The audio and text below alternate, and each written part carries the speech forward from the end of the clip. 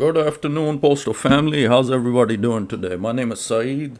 Welcome back to my channel. How's everybody doing today on this beautiful Sunday? We got some news to catch up on what's going on with the DeJoy and what USPS's plans are coming up in 2025. Came across something, that I always want to share latest up to date. But first, before we get into it, if you're new to the channel, I would appreciate it if you like postal content.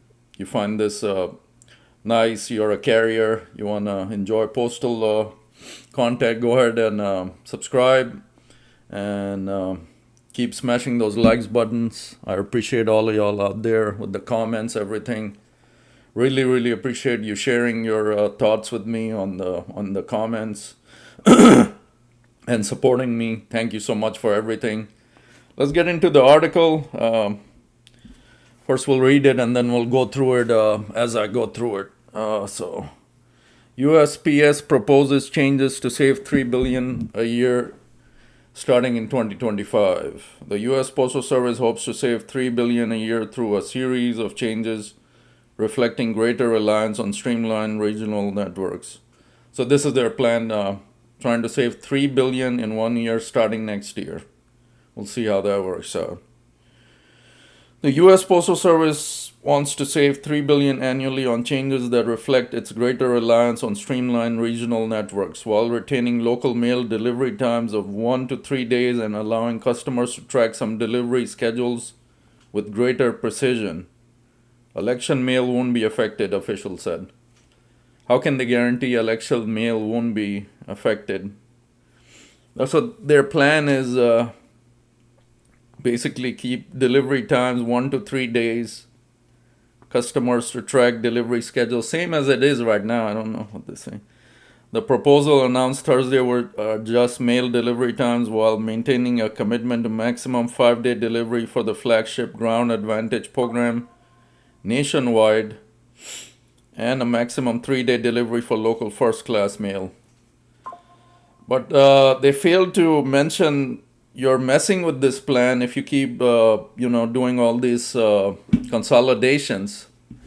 Like we can see from the failure in Atlanta, that disaster that's happened over there with all that consolidation. I was looking at a picture that some carrier not carrier, but inside mail handler shared that they got a whole section full of people's packages from months and months that keep getting piled on because the management there keeps saying get the first class mail out. They're pushing the packages as secondary. People's medicines, people's different valuables coming in, delayed there for months now, and nobody's doing anything about it. It's amazing. Postmaster General Louis DeJoy said the changes to take place next year are necessary to enable us to operate more efficiently and reliably grow our business and give us a chance for a viable future. After an 80% drop in first-class mail since 1997 and a corresponding growth in packages, all told, the Postal Service has amassed more than $87 billion in losses from 2007 to 2020. 87 billion in losses. That is mind-boggling to think about that. The details are unveiled by the Postal Service ahead of September 5th meeting in which the proposed changes will be discussed and stakeholders before they are submitted to the Postal Regulatory Commission. Election mail and holiday shipments won't be affected because the proposed changes would not take place until the next calendar year, officials said. Medications also should continue to be delivered at the current speed or faster under the proposal, officials said. So basically what they're saying is, election mail, the holiday shipments, how can they guarantee all this won't be affected? They're just assuming. Assumptions are bad. Their leaders doing their things and not really thinking ahead, just making fake promises. The proposal reflects the Postal Service's move to overhaul its processing and transportation network with an emphasis on regional hubs. Here it comes. something that is already beginning to take place in Atlanta, Richmond, Virginia, and Portland, Oregon. Changes to better utilize existing ground networks mean the Postal Service must adjust pickup and drop off times between post offices and processing plants, a process that will increase the speed of the mail, officials said. No, it's quite the opposite. It slowed down the speed of the mail. You can't take 10 or 12 post offices, put it in one, and then all the manpower at that main hub, the big one, they're not up to speed. They're not catching up with all those packages, and everything is being backed up. This is totally fake. Postal customers who live closer to regional hubs will see the greatest reductions in transit time for mail. Transit times for some rural customers could grow while still falling within existing service standards, officials said. Democratic U.S. Rep. Jerry Conley, a frequent critic of changes under DeJoy, was unimpressed by the proposal. Obviously, he's a realist. He's thinking ahead. What these people in these articles fail to, say, they mention all the good stuff, what it plans to do, what in actuality is doing is, delaying more. Any effort to degrade service while raising prices is a recipe for a death spiral at the Postal Service. Conley, a Democrat from Virginia, and in a statement, this is the second time Postmaster DeJoy has proposed lower service standards. He might as well announce a return to delivering mail by horse and buggy. Oh, man. Horse and buggy. That's bad. Man, this guy keeps getting hammered by the reps, and he doesn't get it. Sticks to his plan like it's working.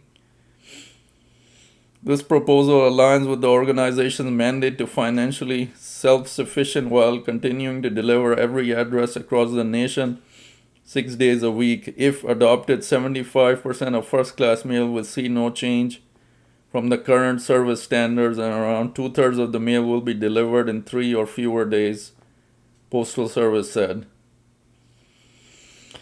Okay, some changes proposed, and we'll see what happens and how it's going to take place. But at the end result, we know all these consolidations are not working.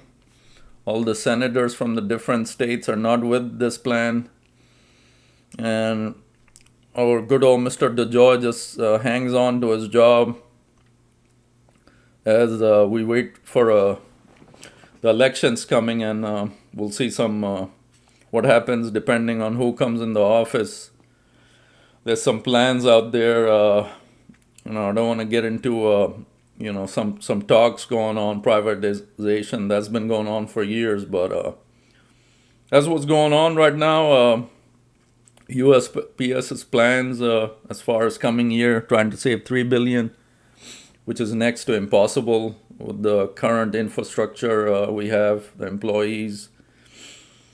Granted, it's not really all on the the warehouse workers, the mail handlers, clerks. It's higher ups, the management of these places. It's not going to plan. So again, if you're new to the channel, my name is Saeed. This is postal content that I do and love, and I would really glad to have you all with me.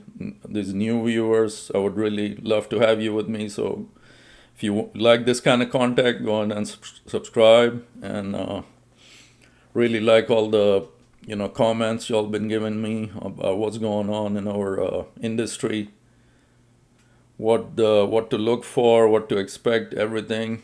I really appreciate all y'all out there, and I will continue definitely to do what I do. Carriers out there, sadly no new news on the contract. This has been sidewalled from the convention. They just put it on the side, and the NALC website not telling us anything. It's really frustrating. James Henry is supporting, concerned letter carriers group. All that's good stuff, but they can only do so much. The president has everything in control, and he's a big fat zero. So we don't we can't really see what's going on, and day to day waiting for this contract, which is well over close to 600 days now, and patiently waiting. We gotta have patience in this thing. I know some of the carriers, they tell me in the comments like, all this positivity is good, but when you come to the real life, when you're not getting a raise and all this expenses are piling up, inflation has gone off the roof, and all this positivity stuff. But that's been my mentality since day one. I can't be that negative. I can't be angry. It's not in my hand. It's not in our hands. Best thing you can do is be positive and don't hurt yourself inside. All this negativity, you got to get up and go to work every day. All this what's all this anger and frustration, negativity gonna do? It's only gonna hurt you more. It's gonna make your day worse. So that's the way I look at this whole situation with our contract. Not much we can do, but have patience. Something is going to give. Like I always say, higher power is up there looking out for us, and something good is bound to come out of it. Some kind of contract, whether or not we like it or not, something is going to come, raise.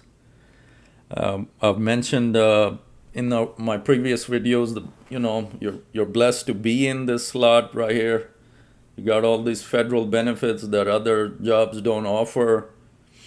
And retirement is there. Your step increases are there, and we'll wait and see when and how this contract comes out. James Henry is slated to come in 26, but we still got all of 25 to deal with this mess that we're in right now. So unfortunately, so all we can do at this point, stay positive. And that's about it. Stay positive. Keep your heads up, guys, carriers, men and hardworking women out there.